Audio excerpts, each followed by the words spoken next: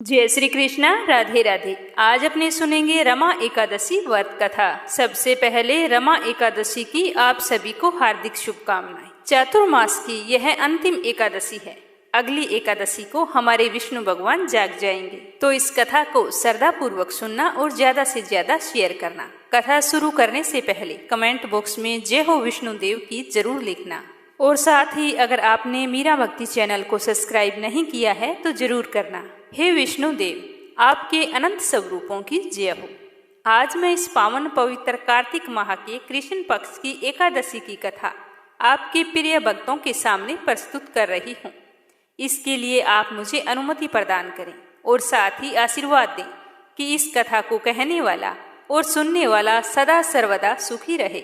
एक समय की बात है कि धर्मराज युधिष्ठिर कहने लगे कि हे भगवान, कार्तिक कृष्ण एकादशी का नाम क्या है, इसकी विधि क्या है, इसका व्रत करने से क्या फल मिलता है, सो आप मुझे विस्तार पूर्वक बताइए, मैं सुनने की इच्छा रखता हूँ। तो युधिष्ठिर की बात सुनकर श्री कृष्ण भगवान बोले कि कार्तिक मास की कृष्ण पक्ष की यह एकादशी रमा एकादशी के नाम से जानी जाती है। यह बड़े बड़े पापों का नाश करने वाली है। इसका महात्म्य आज मैं तुम्हें कहता हूँ, ध्यान पूर्वक सुनना। हे राजन, प्राचीन काल में मुचुकुंद नाम का एक राजा रहता था। उसकी इंद्र के साथ मित्रता थी और साथ ही यम, कुबेर, वरुण और विभीषण भी उसके मित्र थे। यह राजा बड़ा धर्मात्मा, विष्णु भक्त और न्याय के साथ राज करता था। उसकी प्रजा बहुत ही सुखी थी। वह राजा हमेशा एकादशी का व्रत किया करता था। व्रत के पूरे नियमों का पालन करके व्रत कथा सुनता था और द्वादशी को ब्राह्मणों को भोजन करवाने के बाद ही स्वयं भोजन किया करता था। पर जब भी कार्तिक मास के कृष्ण पक्ष की रमा एकादशी आती तो पूरे नगर वासियों से उस एकादशी का व्रत करवाता था और प्रजा भी बड़े ही श्रद्धा पूर्वक रमा एकादशी का व्रत किया करते थे। उस राजा के एक पुत्री थी, उसका नाम था चंद्रभागा। जब वह कन्या विवाह योग्य हुई तो उसका विवाह चंद्रसेन के पुत्र शोभन के साथ कर दिया गया। एक समय शोभन ससुराल आया हुआ था। उन्हीं दिनों जल्द ही पुण्यदायिनी रमा एकादशी आने वाली थी। जब व्रत का दिन समीप आया तो चंद्रभागा के मन में अत्यंत सोच उत्पन्न हुआ कि मेरे पति तो अत्यंत दुर्बल हैं और कमजोर हैं। मेरे पिता की आज्ञा बहुत ही कठोर है। यहाँ रहने वाले हर व्यक्ति को रमा एकादशी का व्रत करना पड़ता है, तो मेरे पति ऐसा कठिन व्रत कैसे रख पाएंगे। इस तरह वह सोच सोचकर बहुत ही दुखी हो रही थी। तो दशमी के दिन ही राजा ने ढोल बजाकर सारे राज्य में यह घोषणा करवा दी कि एकादशी को भोजन नहीं करना है और सभी नगरवासियों को रमा एकादशी का व्रत रखना है। जैसे ही यह घोषणा शोभन ने सुनी तो उसे बहुत ही चिंता हुई। उसने अपनी पत्नी से कहा कि हे प्रिय, अब क्या करना चाहिए, मैं तो किसी भी प्रकार भूख सहन नहीं कर सकूंगा। ऐसा उपाय बताओ जिससे मेरे प्राण भी बच जाएं और कोई नाराजगी भी ना हो, अन्यथा अगर मैंने व्रत रखा तो अवश्य मेरे प्राण चले जाएंगे। तो चंद्रभागा कहने लगी कि हे स्वामी, मेरे पिता के राज में एकादशी के दिन कोई भी भोजन नहीं करता। हाथी, घोड़ा, ऊंट, बिल्ली, गऊ कोई भी तृण अन्न जल ग्रहण नहीं कर सकते। फिर मनुष्य का तो कहना ही क्या है। यदि आप भोजन करना चाहते हैं तो किसी दूसरे स्थान पर चले जाइए, क्योंकि यदि आप यहाँ रहना चाहते हैं तो आपको व्रत तो रखना पड़ेगा, क्योंकि मेरे पिताजी की आज्ञा बहुत ही कठोर है। मैं उनसे जाकर कुछ नहीं कह सकती। तो यह सुनकर शोभन कहने लगा कि हे प्रिय, मैं अवश्य व्रत करूंगा, जो मेरे भाग्य में होगा वह देखा जाएगा। फिर इस प्रकार से विचार करके शोभन ने व्रत रख लिया और जब वह भूख व प्यास से अत्यंत पीड़ित होने लगा, जब सूर्य नारायण अस्त हो गई और रात्रि को जागरण का समय आया, तो जो वैष्णवों को अत्यंत हर्ष देने वाला था वह शोभन के लिए अत्यंत दुखदायी साबित हुआ। प्रातःकाल होते होते शोभन के प्राण निकल गए। तब राजा ने सुगंधित काठ से उसका दाह संस्कार करवाया, परंतु चंद्रभागा ने अपने पिता की आज्ञा से अपने शरीर को दग्ध नहीं किया और शोभन की अंत्येष्टि क्रिया के बाद में अपने पिता के घर में ही रहने लगी। रमा एकादशी व्रत के प्रभाव से शोभन को मंदराचल पर्वत पर धन धान्य से युक्त तथा स्त्रुओं से रहित एक सुंदर देवपुर प्राप्त हुआ। वह अत्यंत सुंदर रतन और वैदुर्मणि जटित स्वर्ण के खंभों पर निर्मित अनेक प्रकार के स्फटिक मणियों से सुशोभित भवन में बहुमूल्य वस्त्र आभूषणों तथा छत्तर व चंवर से विभूषित गंधर्व और अप्सराओं से युक्त सिंहासन पर आरूढ़ ऐसा शोभायमान होता था मानो दूसरा इंद्र विराजमान हो। इसी तरह समय बीतता गया। एक समय मुचुकुंद नगर में रहने वाले एक सोम शर्मा नामक ब्राह्मण तीर्थ यात्रा करता हुआ घूमता घूमता उधर जा निकला। जैसे ही उसने शोभन को देखा तो उसने तुरंत पहचान लिया कि यह तो राजा का जमाई शोभन है। तो यह सोच वह उसके निकट गया। शोभन ने भी उसे पहचान लिया और अपने आसन से उठकर उसके पास आया और प्रणाम करके कुशल प्रश्न किया। तो ब्राह्मण ने कहा कि राजा मुचुकुंद और आपकी पत्नी कुशल हैं। नगर में सभी प्रकार से सारे कुशल मंगल हैं, परंतु हे राजन, हमें आश्चर्य हो रहा है। आप अपना वृतांत कहिए कि ऐसा सुंदर नगर जो ना कभी देखा ना कभी सुना, वो आपको कैसे प्राप्त हुआ। तब शोभन बोला कि कार्तिक मास की रमा एकादशी का व्रत करने से मुझे यह नगर प्राप्त हुआ है, परंतु यह अस्थिर है। यह स्थिर हो जाए ऐसा उपाय कीजिए। तो ब्राह्मण कहने लगा कि हे राजन, यह स्थिर क्यों नहीं है और यह स्थिर कैसे हो सकता है, आप बताइए, फिर मैं अवश्य वह उपाय करूंगा। मेरी इस बात को आप मिथ्या ना समझिए। तो शोभन ने कहा कि मैंने इस व्रत को श्रद्धा रहित होकर किया है, अतः यह सब कुछ अस्थिर है।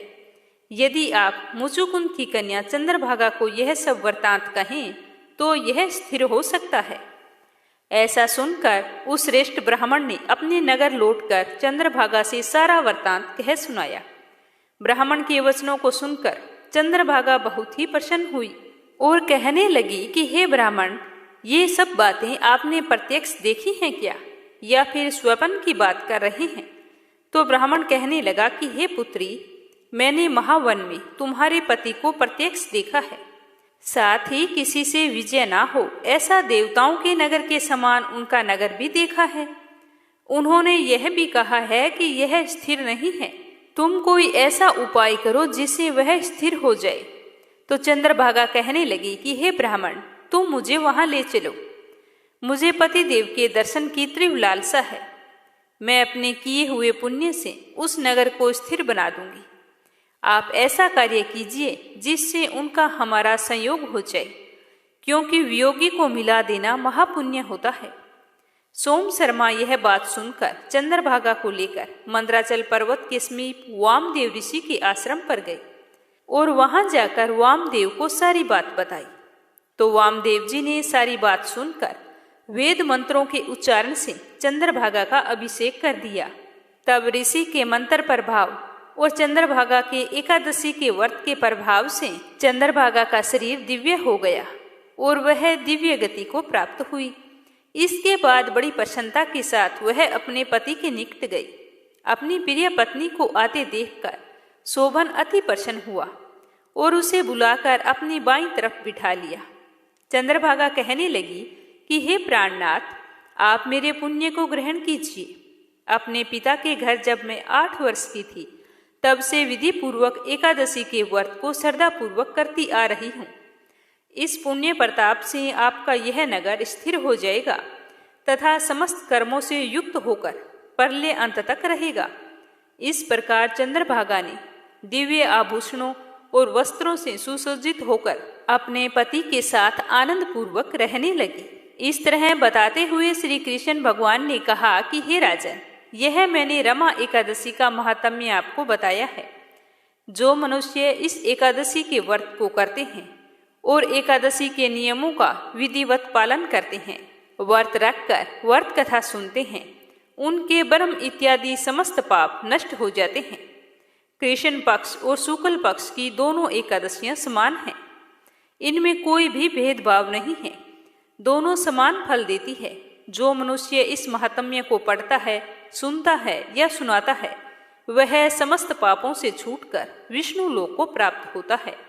तो ये थी रमा एकादशी व्रत कथा। अब दूसरी कहानी अपने सुनेंगे राजा अम्बरीश की। इस कथा को एकादशी के हर व्रत में हमें अवश्य सुननी चाहिए और कार्तिक मास में वैसे भी राजा अम्बरीश की कथा सुनने का विधान है, क्योंकि राजा अम्बरीश भगवान श्री हरि के परम भक्त थे।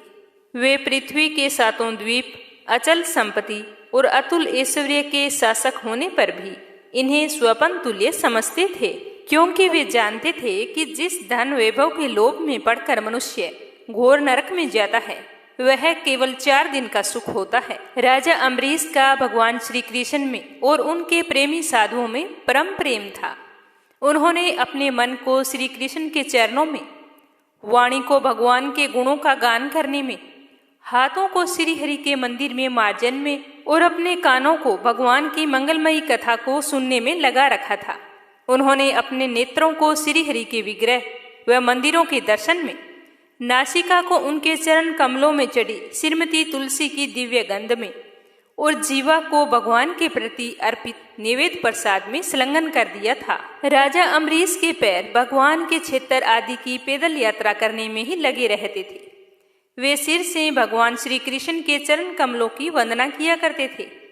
इस प्रकार उन्होंने सारे कर्म यज्ञ पुरुष इंद्रियातीत भगवान के प्रति उन्होंने सर्व आत्मा एवं सर्व रूप समझकर समर्पित कर दिए थे और श्रेष्ठ ब्राह्मणों की आज्ञा के अनुसार ही वे इस पृथ्वी का शासन करते थे। उन्होंने बड़ी बड़ी दक्षिणा वाले अनेकों अश्वमेघ यज्ञ करके यज्ञ अधिपति भगवान की आराधना की थी। उनकी प्रजा महात्माओं के द्वारा गाए हुए भगवान के उत्तम चरित्रों का बहुत ही सम्मान करती थी। कभी तो वे बड़े प्रेम भाव से सुना करती थी और कभी उसका गान किया करती थी। इस प्रकार उनके राज्य के मनुष्य देवताओं के अत्यंत प्यारे स्वर्ग की इच्छा नहीं करते थे। राजा अम्बरीश की अनन्य प्रेममयी भक्ति से प्रसन्न होकर भगवान श्री हरि विष्णु ने उनकी रक्षा के लिए सुदर्शन चक्र को नियुक्त कर दिया था, जो विरोधियों को भयभीत करने वाला और भक्तों की रक्षा करने वाला था। एक समय की बात है कि राजा अम्बरीश ने अपनी पत्नी के साथ भगवान श्री कृष्ण की आराधना करने के लिए 1 वर्ष तक द्वादशी प्रधान एकादशी व्रत करने का नियम ग्रहण किया। व्रत की समाप्ति होने पर कार्तिक महीने में उन्होंने 3 रात का उपवास किया और एक दिन यमुना जी में स्नान करके भगवान श्री कृष्ण की पूजा की। तत्पश्चात पहले ब्राह्मणों को स्वादिष्ट और अत्यंत गुणकारी भोजन करवाकर उन लोगों के घर 60 करोड़ गौवें सुसज्जित करके भेज दी। जब ब्राह्मणों को सब कुछ मिल चुका था तब राजा ने उन लोगों से आज्ञा लेकर अपने व्रत के पारण की तैयारी कर ही रहे थे कि उसी समय श्राप और वरदान देने में समर्थ स्वयं दुर्वासा ऋषि उनके यहाँ अतिथि के रूप में पधारे। तो राजा अम्बरीश उन्हें देखते ही उठकर खड़े हो गए, आसन देकर उन्हें आदरपूर्वक बैठाया और विविध सामग्रियों से उनके चरणों में प्रणाम करके भोजन के लिए प्रार्थना की। तो दुर्वासा ऋषि ने राजा अम्बरीश की प्रार्थना स्वीकार की और कहा कि मैं आवश्यक कर्मों से निवृत्त होकर आ रहा हूँ, बाद में ही भोजन करूँगा। ऐसा कहकर वे नदी तट पर चले गए। वे ब्रह्मा जी का ध्यान करते हुए यमुना के पवित्र जल में स्नान करने लगे। इधर द्वादशी तिथि केवल घड़ी भर की शेष रह गई थी। तो धर्मात्मा अम्बरीश ने धर्म संकट में पड़कर ब्राह्मणों के साथ परामर्श किया। उन्होंने कहा कि ब्राह्मण देवताओं, ब्राह्मण को भोजन कराए बिना स्वयं भोजन कर लेना और द्वादशी रहते पारण ना करना, दोनों में ही दोष है। इसलिए इस समय जैसा करने में मेरी भलाई हो और मुझे पाप ना लगे, ऐसा कोई उपाय मुझे तुम बताओ। इस तरह राजा अम्बरीश ने ब्राह्मणों के साथ विचार विमर्श किया। तो ब्राह्मणों ने कहा कि श्रुतियों में ऐसा कहा गया है कि जल पी लेना भोजन करना भी है और नहीं करना भी है, इसीलिए इस समय केवल आप जल से ही पारण कर लें। तो ब्राह्मणों के कहने पर राजा ने मन ही मन भगवान का चिंतन करते हुए द्वादशी के रहते जल ग्रहण कर लिया। उसी समय दुर्वासा ऋषि यमुना तट से लौट आए थे और इस प्रकार राजा अम्बरीश को जल पीता हुआ देखकर बहुत ही क्रोधित हो गए। उस समय दुर्वासा ऋषि बहुत भूखे थे। वो क्रोध से थर थर कांपने लगे और अत्यधिक क्रोध में हाथ जोड़कर खड़े राजा अम्बरीश से कहा कि अरे इसे देखो, यह कितना क्रूर है। यह धन के मद में मतवाला हो रहा है। भगवान की भक्ति तो इसे छूती भी नहीं है और यह अपने आप को समर्थ मानता है। आज इसने धर्म का उल्लंघन करके बड़ा अन्याय किया है। मैं इसके घर अतिथि होकर आया था, किंतु फिर भी उसने मुझे बिना खिलाए स्वयं भोजन कर लिया। ऐसा व्यक्ति कभी भी भक्त नहीं हो सकता जो अतिथि को भोजन करवाने से पहले स्वयं भोजन कर ले। हे अम्बरीश, तूने इस तरह से मेरा अपमान किया है, इस अपमान का फल तो तुझे भोगना ही पड़ेगा। ये कहते हुए वो क्रोध से लाल हो उठे और उन्होंने अपनी एक जटा उखाड़ी और जमीन पर फेंक दी। तो उस जटा के एक बाल से कृत्या राक्षसी उत्पन्न हुई। वह आग के समान जलती हुई हाथ में तलवार लेकर राजा अम्बरीश पर टूट पड़ी। परम पुरुष परमात्मा ने अपने सेवक की रक्षा के लिए पहले से ही सुदर्शन चक्र को नियुक्त कर रखा था। जैसे ही आग क्रोध से गुर्राते हुए सांप को भस्म कर देती है, वैसे ही चक्र ने दुर्वासा जी की कृत्या को जलाकर ढेर कर दिया। जब दुर्वासा जी ने देखा कि मेरी बनाई हुई कृत्या तो जल रही है और वह चक्कर मेरी तरफ आ रहा है, तो वे अपने प्राणों को बचाने के लिए वहां से भागने लगे। जैसे ऊंची ऊंची लपटों वाला दावानल सांप के पीछे दौड़ता है, वैसे ही भगवान का चक्कर तो मेरे पीछे ही लग गया है। तब दुर्वासा ऋषि जी दिशा, आकाश, पृथ्वी, अतल वितल आदि नीचे के लोक, समुद्र, लोकपाल और उनके द्वारा सुरक्षित लोक एवं स्वर्ग लोक तक गए। परंतु जहां जहां वो गए, वह चक्कर उनके पीछे पीछे वहां लगा रहा। लेकिन दुर्वासा ऋषि को अपना कोई रक्षक नहीं मिला, तो वो और ही डर गए और अपने प्राण बचाने के लिए वे देव शिरोमणि ब्रह्मा जी के पास गए और बोले कि पितामह, आप स्वयंभू हैं, भगवान के इस तेजोमय चक्कर से मेरी रक्षा कीजिए। तो ब्रह्मा जी ने कहा कि दुर्वासा जी, मैं, शंकर जी, दक्ष, भृगु आदि प्रजापति, भूतेश्वर आदि सब जिनके बनाए नियमों में बंधे हैं तथा जिनकी आज्ञा शिरोधार्य करके हम लोग संसार का हित करते हैं, उनके भक्त के द्रोही को बचाने में हम समर्थ नहीं हैं। जब ब्रह्मा जी ने इस प्रकार दुर्वासा को निराश कर दिया, तब भगवान के चक्कर से संतप्त होकर वे कैलाशवासी भगवान शंकर की शरण में गए। तो शंकर जी ने कहा, दुर्वासी, जिनसे पैदा हुए अनेक ब्रह्मांडों में हमारे जैसों हजारों चक्कर काटते हैं, यह चक्कर उन्हीं विश्वेश्वर का शस्त्र है। यह हम लोगों के लिए असंभव है। तुम उन्हीं की शरण में जाओ, वे भगवान ही तुम्हारा मंगल करेंगे। तो निराश होकर दुर्वासा ऋषि श्री हरि भगवान के परम धाम बैकुंठ की तरफ भागे और पीछे पीछे उनके चक्कर लगा हुआ था। दुर्वासा ऋषि तो भगवान के चक्कर की आग से जल रहे थे। वे भगवान के श्री चरणों में गिर पड़े और उन्होंने कहा कि हे अच्युत, हे अनंत, आप संतों के एकमात्र इच्छित हैं। हे प्रभु, संपूर्ण जगत के जीवन दाता, मैं अपराधी हूँ, आप मेरी रक्षा कीजिए। आपका परम प्रभाव ना जानने के कारण ही मैंने आपके प्यारे भक्त का अपमान किया है। प्रभु, अब आप ही मुझे बचा सकते हैं। तो श्री भगवान ने कहा कि हे दुर्वासा जी, मैं सर्वथा भक्तों के अधीन हूँ, मुझे तनिक भी स्वतंत्रता नहीं है। जो भक्त स्त्री, पुत्र, ग्रह, गुरुजन, प्राणी, धन, इस लोक और परलोक सबको छोड़कर केवल मेरी शरण में आ गए हैं, तो उन्हें छोड़ने का संकल्प भी मैं कैसे ले सकता हूँ। इसमें संदेह नहीं है कि ब्राह्मणों के लिए तपस्या और विद्या परम कल्याण के साधन है, परंतु यदि ब्राह्मण उद्दंड और अन्यायी हो जाए तो वे ही दोनों उल्टा फल देने लगते हैं। दुर्वासा जी सुनिए, मैं आपको एक उपाय बताता हूँ जिसका अनिष्ट करने से आपको इस विपत्ति में आना पड़ा। आप उसी के पास जाइए और उन्हीं से क्षमा मांगिए, तभी आपको शांति मिलेगी। तो श्री हरि के वचन सुनते ही दुर्वासा ऋषि उल्टे पांव फिर भागे।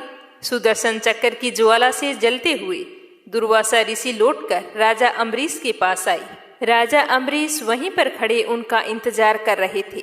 जैसे ही ऋषि दुर्वासा को देखा तो कहा कि ऋषिवर, आप कहाँ चले गए थे? मैं आपका कब से इंतजार कर रहा हूँ। तो महर्षि दुर्वासा ने चक्कर की ओर इशारा करते हुए अत्यंत दुखी होकर राजा अम्बरीश के पैर पकड़ लिए। तो दुर्वासा जी की यह चेष्टा देखकर और उनके चरण पकड़ने से लज्जित होकर राजा अम्बरीश भगवान के चक्र की स्तुति करने लगे। अम्बरीश ने कहा कि प्रभु सुदर्शन, आप अग्नि स्वरूप हैं, भगवान के प्यारे हजार दांतों वाले चक्रदेव, मैं आपको नमस्कार करता हूँ।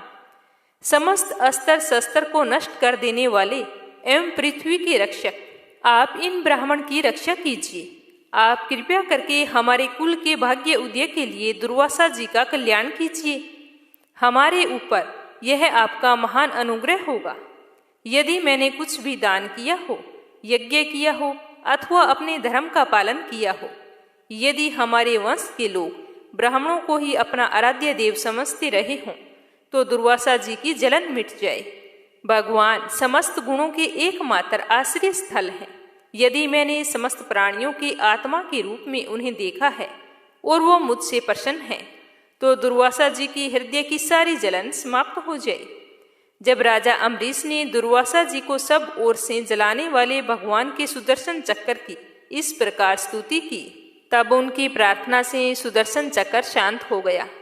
जब दुर्वासा चक्र की आग से मुक्त हुए और उनका चित्त स्वस्थ हुआ, तो वे राजा अम्बरीश को अनेक उत्तम आशीर्वाद देते हुए उनकी प्रशंसा करने लगे और कहा कि धन्य है, आज मैंने भगवान के प्रेमी भक्तों का महत्व देखा।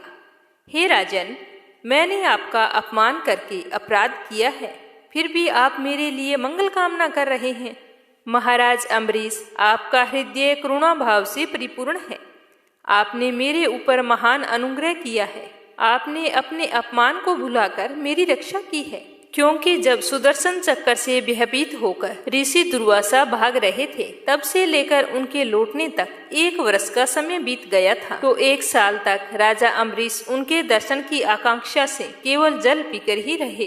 पूरे 1 साल तक राजा अम्बरीश ने भोजन नहीं किया। वे दुर्वासा ऋषि के लौटने की राह देख रहे थे। तो जैसे ही दुर्वासा ऋषि आए तो उन्हें प्रसन्न होकर विधि पूर्वक भोजन करवाया और दुर्वासा ऋषि ने भी बहुत संतुष्ट होकर राजा अम्बरीश के गुणों की प्रशंसा की और ढेरों आशीर्वाद देते हुए उनसे अनुमति लेकर आकाश मार्ग से प्रस्थान किया। दुर्वासा ऋषि के जाने के बाद उनके भोजन से बचे हुए अत्यंत पवित्र अन्न को राजा ने सपरिवार ग्रहण किया और कुछ वर्ष बीतने पर राजा अम्बरीश ने अपने ही समान भक्त पुत्रों पर राज्य का भार छोड़ दिया और स्वयं वन में चले गए। वहां वे बड़ी धीरता के साथ आत्म स्वरूप भगवान में अपना मन लगाकर गुणों के प्रवाह रूपी संसार से मुक्त हो गए। हे विष्णु भगवान, हे कृष्ण कन्हैया, जिस प्रकार आपने राजा अम्बरीश की रक्षा की, उसी तरह हमारी भी करना। कहानी कहने वाले की और कहानी सुनने वाले की दोनों पर अपनी कृपा दृष्टि बनाए रखना। तो अब अपने सुनेंगे कार्तिक मास का महात्म्य। जब कार्तिक मास की हम एकादशी का व्रत रखते हैं, चाहे शुक्ल एकादशी हो या फिर कृष्ण पक्ष की एकादशी हो, हमें कार्तिक मास का महात्म्य अवश्य सुनना चाहिए। एकादशी के दिन सुनने से हमें पूरे माह का फल प्राप्त होता है। अतः इस एकादशी की संपूर्ण व्रत कथा को श्रद्धा पूर्वक पूरा सुनना, जितना हो सके ज्यादा से ज्यादा अपने रिश्तेदारों में और मित्रगणों में शेयर भी करना और हर कहानी के साथ कमेंट बॉक्स में जय हो श्री विष्णु भगवान की अवश्य लिखना। तो आइए सुनते हैं कार्तिक मास महात्म्य कथा। बोलो श्री हरि विष्णु के अनंत स्वरूपों की जय हो। नेमिषारण्य तीर्थ में श्री सूत जी ने 88,000 सनकादि ऋषियों से कहा कि अब मैं आपको कार्तिक मास की कथा विस्तार पूर्वक सुनाता हूँ, ध्यान पूर्वक सुनना। इसे सुनने मात्र से ही मनुष्य के सभी पाप नष्ट हो जाते हैं और अंत समय में वैकुंठ धाम की प्राप्ति होती है। सूत जी कहते हैं कि भगवान श्री कृष्ण जी से अनुमति लेकर देवऋषि नारद के जाने के बाद में सत्यभामा प्रसन्न होकर भगवान श्री कृष्ण से बोले कि हे प्रभु, मैं धन्य हुई, मेरा जन्म सफल हुआ। मुझ जैसी त्रिलोक्य सुंदरी के जन्मदाता भी धन्य हैं। मैं बहुत ही सौभाग्यशाली हूँ जो आपकी 16,000 स्त्रियों के बीच में आपकी परम प्यारी पत्नी बनी। मैंने आपके साथ नारद जी को वह कल्प वृक्ष आदि पुरुष विधि पूर्वक दान में दिया था, परंतु वही कल्प वृक्ष मेरे घर पर लहराया करता है। यह बात मृत्यु लोक में किसी को भी ज्ञात नहीं है। हे त्रिलोकीनाथ, मैं आपसे कुछ पूछने की इच्छा रखती हूँ। तो भगवान श्री कृष्ण की आज्ञा देने पर सत्यभामा पूछने लगती है कि आप मुझे कृपया करके कार्तिक मास महात्म्य की कथा विस्तार पूर्वक सुनाइए।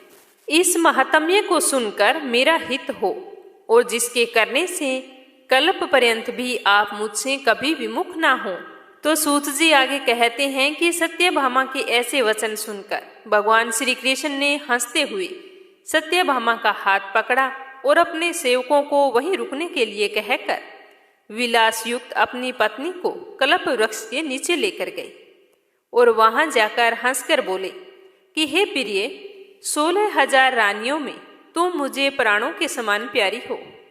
तुम्हारे लिए मैंने इंद्र एवं देवताओं से भी विरोध किया था।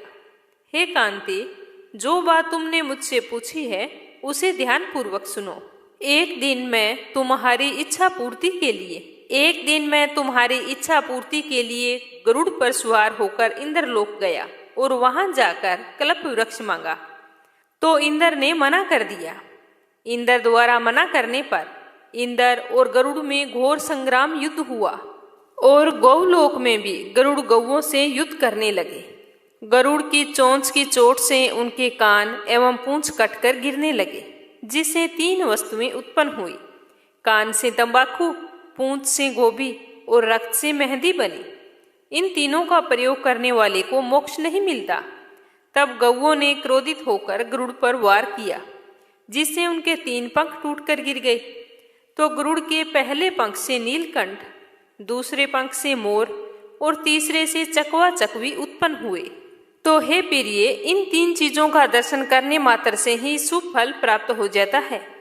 तो यह सुनकर सत्यभामा ने कहा कि हे प्रभु, कृपया मुझे मेरे पूर्व जन्म के विषय में बताइए कि मैंने पूर्व जन्म में कौन कौन से दान, व्रत व जप नहीं किए हैं और मेरा स्वभाव कैसा था, मेरे जन्मदाता कौन थे और मुझे मृत्यु लोक में जन्म क्यों लेना पड़ा। मैंने ऐसा कौन सा पुण्य कर्म किया था जिससे मैं आपकी अर्धांगिनी हुई। तो श्री कृष्ण भगवान कहने लगे कि हे प्रिय, अब मैं तुम्हारे द्वारा पूर्व जन्म में किए गए पुण्य कर्मों को विस्तार पूर्वक कहता हूँ, उसे सुनना। पूर्व समय में सतयुग के अंत में मायापुरी में अत्रि गोत्र में वेद वेदांत का ज्ञाता देव शर्मा नामक एक ब्राह्मण निवास करता था। वह प्रतिदिन अतिथियों की सेवा, हवन और सूर्य भगवान का पूजन किया करता था।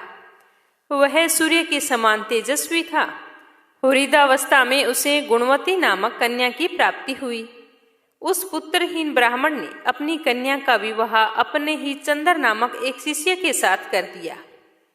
वह चंद्र को अपने पुत्र के समान मानता था और चंद्र भी उसे अपने पिता की भांति सम्मान देता था। एक दिन वे दोनों कुश व समिधा लेने के लिए जंगल में गए। जब वे हिमालय की तलहटी में भ्रमण कर रहे थे, तब उन्हें एक राक्षस आता हुआ दिखाई दिया। उस राक्षस को देखकर भय के कारण उनके अंग शिथिल हो गए और वे वहां से भागने में असमर्थ हो गए। तब उस काल के समान राक्षस ने उन दोनों को मार डाला।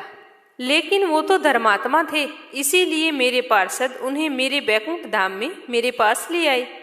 उन दोनों द्वारा आजीवन सूर्य भगवान की पूजा किए जाने के कारण मैं उन दोनों पर अति प्रसन्न हुआ। गणेश जी, शिव जी, सूर्य व देवी, इन सब की पूजा करने वाले मनुष्य को स्वर्ग की प्राप्ति होती है। मैं एक होता हुआ भी काल और कर्मों के भेद से 5 प्रकार का होता हूँ।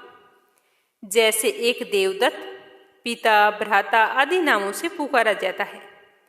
जब वे दोनों विमान पर आरूढ़ होकर सूर्य के समान तेजस्वी, रूपवान, चंदन की माला धारण किए हुए मेरे भवन में आए, तो वे दिव्य भोगों को भोगने लगे। और उधर गुणवती को जब पता चला कि एक राक्षस ने उसके पिता एवं पति दोनों को मार दिया है, तो वह विलाप करने लगी और कहने लगी कि हे नाथ, हे पिताश्री, मुझको त्याग कर तुम कहाँ चले गए? मैं अकेली स्त्री तुम्हारे बिना अब क्या करूँगी? मेरे भोजन, वस्त्र आदि की व्यवस्था कौन करेगा? घर में प्रेम पूर्वक मेरा पालन पोषण कौन करेगा? मैं कुछ भी नहीं कर सकती। मुझ विधवा की रक्षा कौन करेगा? मैं कहाँ जाऊं, क्या करूं? मेरे पास कोई ठिकाना नहीं है।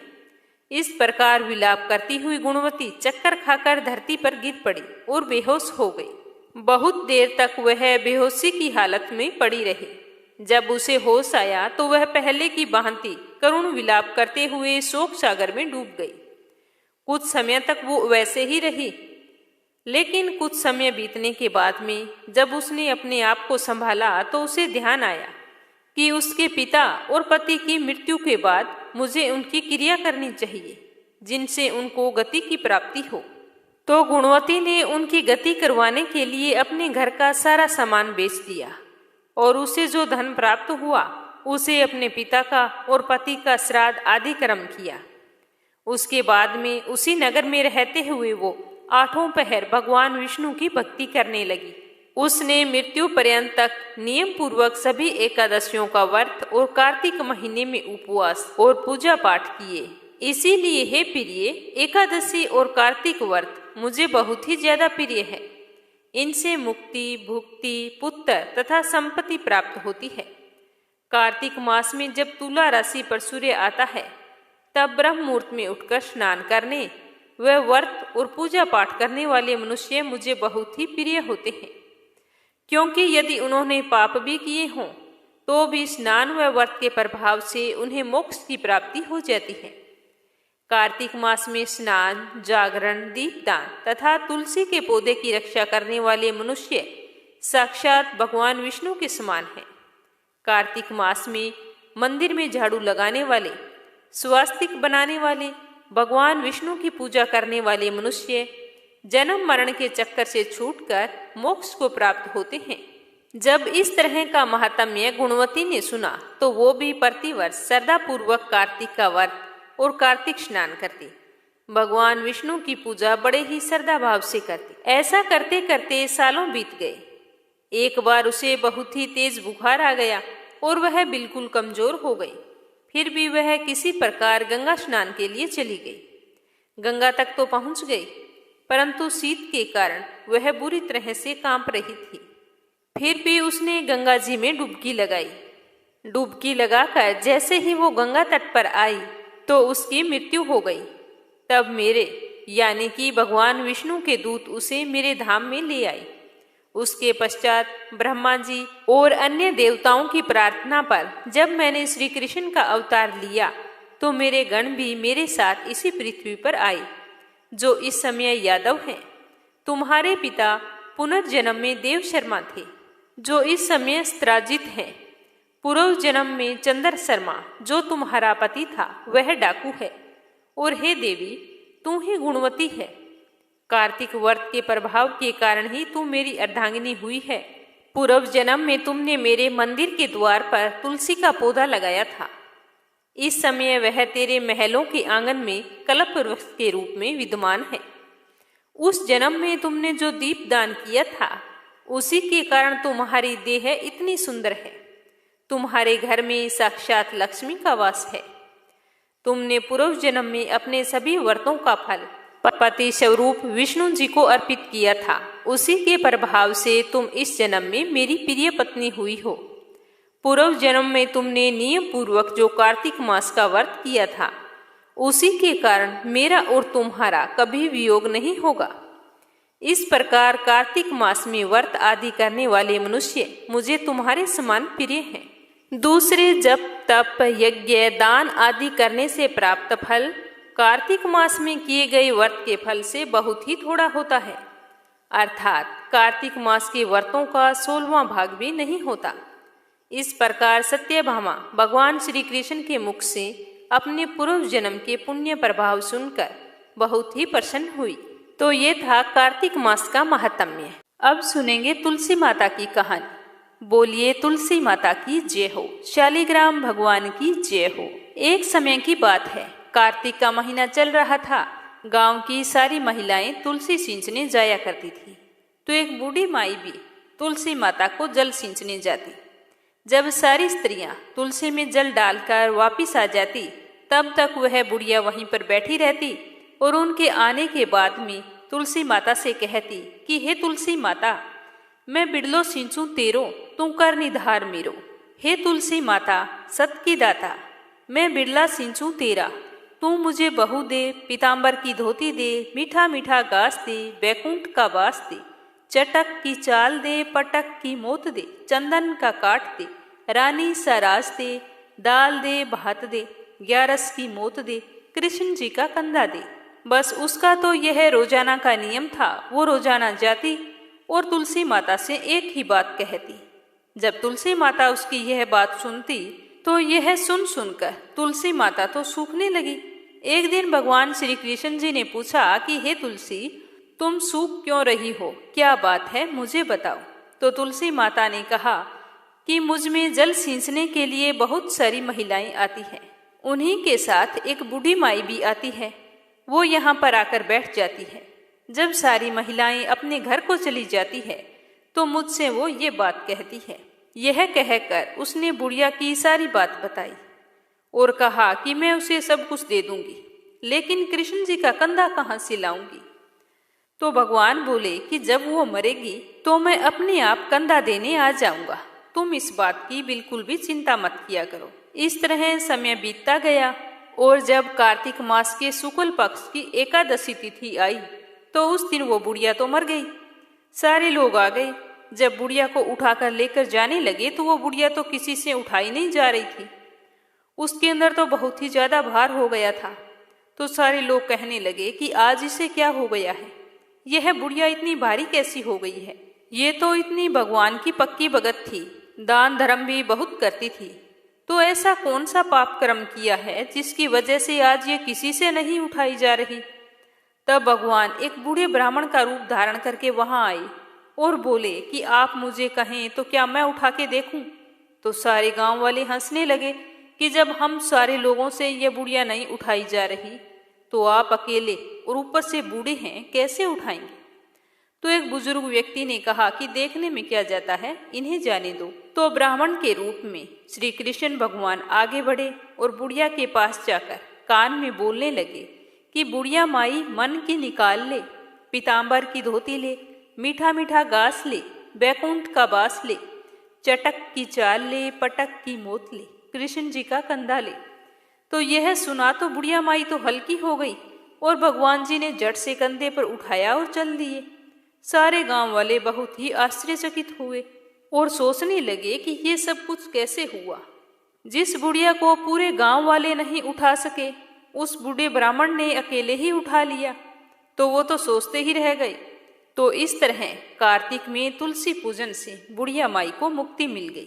कहा जाता है कि कार्तिक माह में अगर हम सूर्योदय से पहले स्नान करके तुलसी में जल सींचते हैं तो हमारी कोई भी मनोकामना हो वो अवश्य पूरी होती है, क्योंकि इस महीने में श्री हरि विष्णु 4 महीने की नींद से जागते हैं। कहते हैं कि 4 महीने से सोए हुए श्री हरि विष्णु भगवान जब जागते हैं तो पहली पुकार तुलसी माता की सुनते हैं। अगर तुलसी माता हमसे प्रसन्न है तो हमारी मनोकामना अवश्य पूर्ण होती है। हे तुलसी माता, जैसे आपने बुढ़िया माई की मनोकामना पूर्ण की वैसी सबकी करना।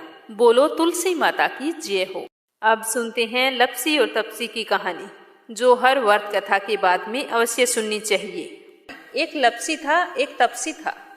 तपसी हमेशा भगवान की तपस्या करता था, लेकिन उसे चोरी करने की आदत थी। लप्सी हमेशा 1.25 सेर की लापसी बनाता और पहले भगवान को भोग लगाता, उसके बाद में स्वयं भोजन करता। दोनों भाइयों का यही नियम था। तो एक दिन कोई बात को लेकर दोनों में कहासुनी हो गई। तो तपसी बोला कि मैं रोजाना भगवान की तपस्या करता हूँ, इसीलिए मैं बड़ा हूँ। तो लप्सी बोला कि मैं रोज भगवान को 1.25 सेर लापसी का भोग लगाता हूँ, इसीलिए मैं बड़ा हूँ। ऐसा कहते हुए दोनों जोर जोर से लड़ने लगे। तभी वहां से नारद जी गुजर रहे थे। दोनों को लड़ता हुआ देखकर वहां आए और उनसे पूछा कि तुम दोनों लड़ क्यों रहे हो। तो दोनों ने अपने आप को बड़ा बताया और साथ में बड़ा होने का कारण भी बताया। तो नारद जी बोले कि मैं तुम्हारा फैसला कर दूंगा, कल आऊंगा, बता दूंगा भी कौन बड़ा है। दूसरे दिन लप्सी और तपसी नहाकर अपनी रोज की भक्ति करने आए। तो नारद जी ने छुपकर 1.25 करोड़ की एक एक अंगूठी उन दोनों के आगे रख दी। जैसे ही भक्ति करते हुए तपसी की नजर उस अंगूठी पर पड़ी तो उसने चुपचाप से उठाई और अपने पैर के नीचे दबा ली। लप्सी की नजर अंगूठी पर पड़ी, लेकिन उसने ध्यान नहीं दिया। उसने पहले भगवान को भोग लगाया और फिर स्वयं भोजन करने के लिए बैठ गया। थोड़ी देर बाद नारद जी सामने आए तो दोनों ने पूछा कि अब बताओ हम में से कौन बड़ा है। तो नारद जी ने तपसी से खड़ा होने के लिए कहा। तो वो खड़ा हुआ तो उसके पैर के नीचे दबी हुई अंगूठी दिखाई दी। तो नारद जी ने तपसी से कहा, तपस्या तो तुम करते हो, इतनी तपस्या करने के बाद भी तुम्हारी चोरी करने की आदत नहीं गई। ये अंगूठी मैंने ही तुम दोनों के आगे रखी थी। मैं ये देखना चाहता था कि तुम दोनों में से किन के मन में लालच है। तो तूने तो अंगूठी दिखाई पड़ते ही झट से अपने पैर के नीचे दबा ली। लेकिन लप्सी का ध्यान अंगूठी पर जाने के बाद भी लप्सी ने अंगूठी को ना ही उठाया और ना ही ध्यान किया। उसने सिर्फ अपने भगवान जी में ही ध्यान रखा, उन्हें भोग लगाया और बाद में स्वयं भोजन करने लगा। इसीलिए लप्सी बड़ा है और तुम्हें तुम्हारी तपस्या का कोई भी फल नहीं मिलने वाला। जितनी चाहे मर्जी तुम तपस्या कर लो, तुम्हें इसका कोई भी फल नहीं मिलेगा। तो तपसी को यह सुनकर बहुत ही दुख हुआ और वह शर्मिंदा होकर नारद जी से माफी मांगने लगा और कहने लगा कि आज तक की मेरी गलती माफ करो और मुझे बताओ कि मुझे मेरी तपस्या का फल कैसे मिलेगा। आज के बाद कभी भी मैं चोरी नहीं करूंगा। तो नारद जी ने कहा कि यदि कोई गाय और कुत्ते की रोटी नहीं बनाएगा तो उसका फल तुझे मिलेगा। यदि कोई आदमी ब्राह्मण को भोजन करवाकर उसे दक्षिणा नहीं देगा तो उसका फल भी तुझे ही मिलेगा। अगर किसी को सूट, तीवल, साड़ी अगर हम देते हैं, उसके ऊपर अगर भेंट स्वरूप कुछ रुपए नहीं देंगे तो उसका फल भी तुझे ही मिलेगा। अगर कोई व्यक्ति दिए से दिया जलाएगा तो उसका फल भी तुझे ही मिलेगा। अगर कोई औरत आंगन लीपकर चौका नहीं लीपेगी तो उसका फल भी तुझे ही मिलेगा। यदि कोई व्रत कथा में सारी कहानी सुन ले लेकिन तुम्हारी कहानी ना सुने तो उसका फल भी तुझे ही मिलेगा। उसी दिन से हर व्रत कथा और कहानी के साथ लप्सी तपसी की कहानी कहीं और सुनी जाती है। और कहानी सुनने के बाद में ऐसे कहना चाहिए कि हे भगवान, लप्सी को लप्सी का फल मिले, तपसी को तपसी का फल मिले और हमारी कहानी का फल हमें मिले। तो ये थी रमा एकादशी व्रत कथा। सुनकर आपको कैसा लगा कमेंट बॉक्स में जरूर बताना और साथ ही विष्णु भगवान की जय हो अवश्य लिखना और ज़्यादा से ज़्यादा इस कथा को विष्णु भक्तों में शेयर करना। भगवान श्री हरि विष्णु आपकी सारी मनोकामनाएं पूर्ण करें। जय श्री कृष्णा। राधे राधे।